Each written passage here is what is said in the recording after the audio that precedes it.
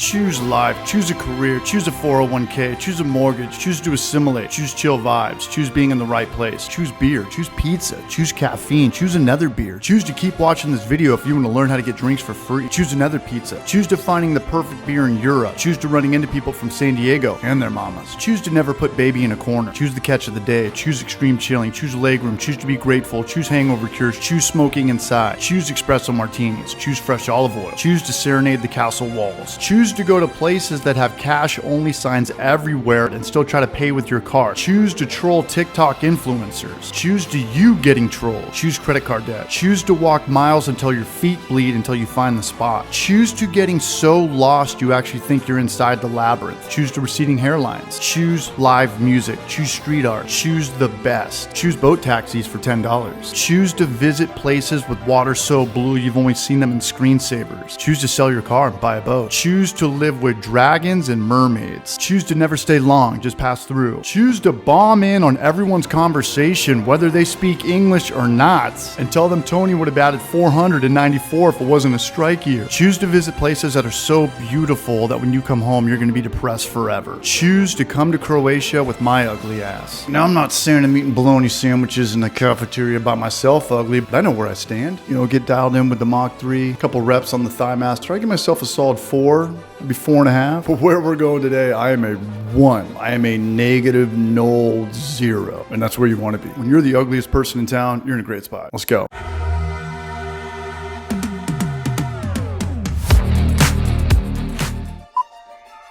All right, here's the deal. I don't give a shit what anybody does for a living. I don't give a shit if you're inventing Google machine buttons or picking up dog shit or robbing banks. What I do know is you got to go on vacations. You just have to. And this is my 5th time in Europe. I've been to 9 cities, all very different. But when you're in Europe, you got to have like a European sixth sense. There's a lot of booby traps, maybe some fireworks inside. Is this a parking spot? Sure. Is this a boat on a hill with a DIY trailer? Correct. Does this square footage count? What the fuck am I supposed to put here? I can only stand in the middle of these rooms. Who the hell was living here before me? Simon Birch? Being 6 foot isn't the way to go. 4-inch deadweight step right in front of the doorway? You betcha. Oh, look at this giant bathroom window that barely covers my knees. I thought peeping Toms had to be a little bit stealthy. This whole town is a peeping Tom just checking you out. Everyone in town just looking at you naked. Little kids with no parents just bombing by on bicycles and scooters with no handrails or banisters. Sharp corners everywhere. Look at this. 80 degrees Celsius. Do you know what that is? That's like 170 degrees Fahrenheit. That's a lot closer to boiling than it is jacuzzi bathtub temperature. How's someone in a wheelchair supposed to get down here? It's not happening. This electrical wire, this conduit right here would be buried 18 inches in America, but not here. No sandy beaches, no problem. These people are half billy goat. I'll tell you what else too. Afters hits a little bit different in Europe. Afters in America is you're going to come back to my house after the bars and we're going to rip some nose nachos and play Mario Kart, reminisce about how we peaked in high school until 5 in the morning, and then we're not going to talk to each other for 2 weeks. But out here, the party just gets better. You just keep going. You keep dancing. You keep going to clubs. There is no going home. You never go home. I never went home. No one's allowed to go home.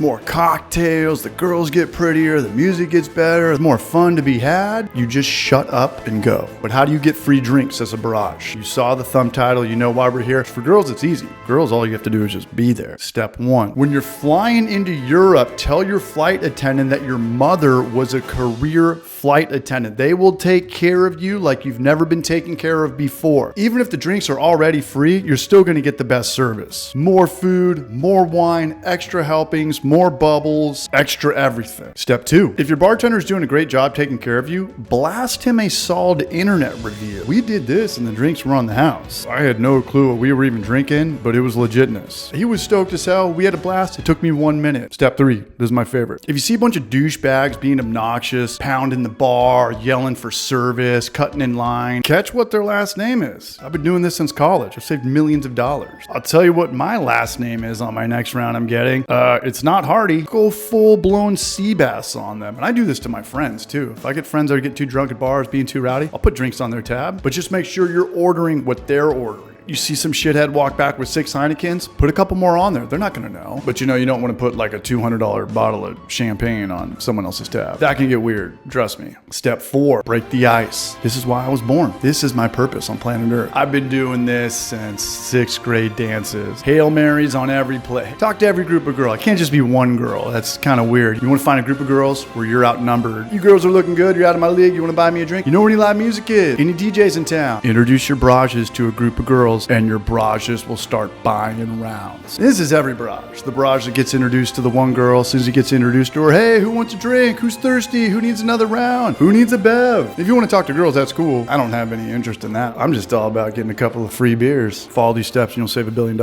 But where the hell are we? What are we doing here? Well, maybe you have a once-in-a-lifetime trip to visit Europe and you're clueless on where to go. Well, I'm going to tell you where to go, but you can't tell anybody. And I knew nothing about Croatia except that Game of Thrones was filmed here, and I didn't know they claimed their independence from Yugoslavia in the 90s. I don't think anyone did. But I got into Split, Croatia, and I'm not going to lie, I definitely did not feel like I was in Game of Thrones. I felt more like I was heading into Rosarito or Ensenada or maybe even San Francisco. But you got to get into the palace. Diocletian's palace that's almost 2,000 years old. And never in my entire life have I ever felt more like I was inside of a video game. You feel like you're in the Ocarina of Time. It literally seems like you've time traveled and you're in a different time or a different story. This place is like the Roman Colosseum, a Carnival cruise ship, and Rodeo Drive had a kid. And everybody respects this place. There's no graffiti, no broken bottles or dumbasses pissing on the walls. And everything inside this palace shuts down at midnight. No questions asked. No need for bouncers. Everybody just respects the midnight rule. But one block outside the palace and the clubs seem like they're open all night. I couldn't get over how everything looks so real that it seems fake, like a part of Disneyland. A lot of people gather in the center to dance and sing and hang out, and you're never lost because from anywhere in this entire town you can see this bell tower from anywhere, day or night. There's stray cats and dogs, but it's not a problem because everyone feeds them. The beaches don't have sand, but they're still nice. You get used to the no sand part, but don't be afraid if you see a nude person on the beach either. And that nude person is probably going to be me. And you can buy a plastic duck for $15 if you want to be the ultimate tourist. The local singing in the morning is cool the first day, but after day 2 it can kind of be a thing. There's definitely no shortage of Italian food, gelato, and nightlife in Split. And if you make it to Split, check out Strings. It's one street outside the palace. This place is sit down only. Nobody is allowed to stand and drink. I've never been to a club like that. You can't come in unless there's an open seat. It keeps it classy. And check it out. Of course, I run into somebody from my hometown, Adrian, the scientist from San Diego. You want to team up with people and figure out the do's and the don'ts, since we only have a few days here. My good friend Dan, an old college roommate, doesn't do the liquor. Sometimes the bartender doesn't care and you just gotta live. And sometimes you do a shot, it's time to go home. But here's the move, and I finally figured it out. When you're in a rad spot, take a ferry to another island, and that's the spot. And we ended up in Hvar, and this place is like the Little Mermaid in real life. It's this small little port town with a castle on top of the hill. It's about a 10-minute walk up there, but they do sell beer on the way up there. You can overlook the whole town and look at all the islands. It's beautiful. Catch a boat ride to check out the blue caves if you're into that. And guess who we ran into again? And her mama. And if you ever make it to this town, check out Central Park. There's water everywhere you look. The food is out of control. The restaurants are everywhere, and it's not even a thing. All these restaurants would be well known in San Diego or Knoxville, but out here they're just on every corner. And you don't go down back alleys in America. I don't care if you're in San Diego or if you're in Knoxville, but you go down back alleys down here and it's way different. There's a table waiting for you with someone who's stoked to give you a beer, a taco, pour you a glass of red wine. And everything out here is more about the style. America's like brand, like Coors Light guy. I only drink Coors Light. It's like, hey, just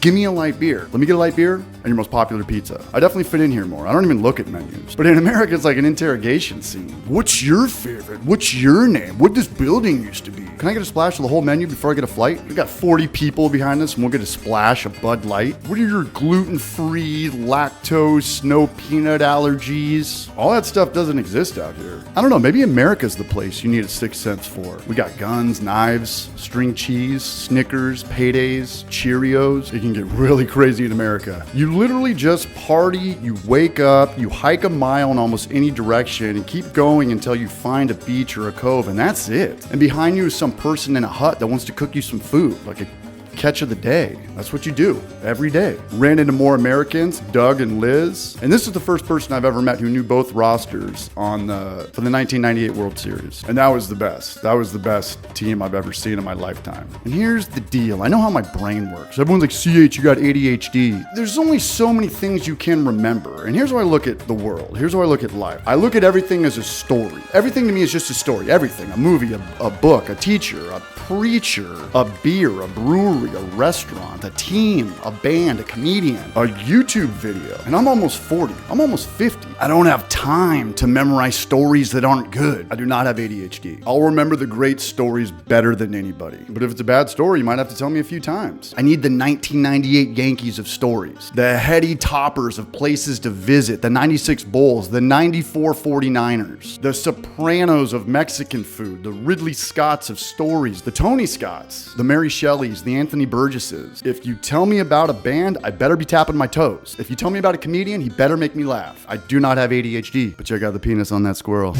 Put Hvar on your radar. Dan, you're a legend for putting up with me for 10 days. I love you, Braj. This place, Hvar, was the one. This is the one that messed with my head. This made me want to be more successful and, whatever, put out more YouTube videos and, I don't know, let's rob a bank. I've seen Point Break. I know the template. Me and you. Click on the link in the bio if you want to join us tonight. If you made it this far, you gave me like 3 or 4 pennies of ad revenue. Cheers.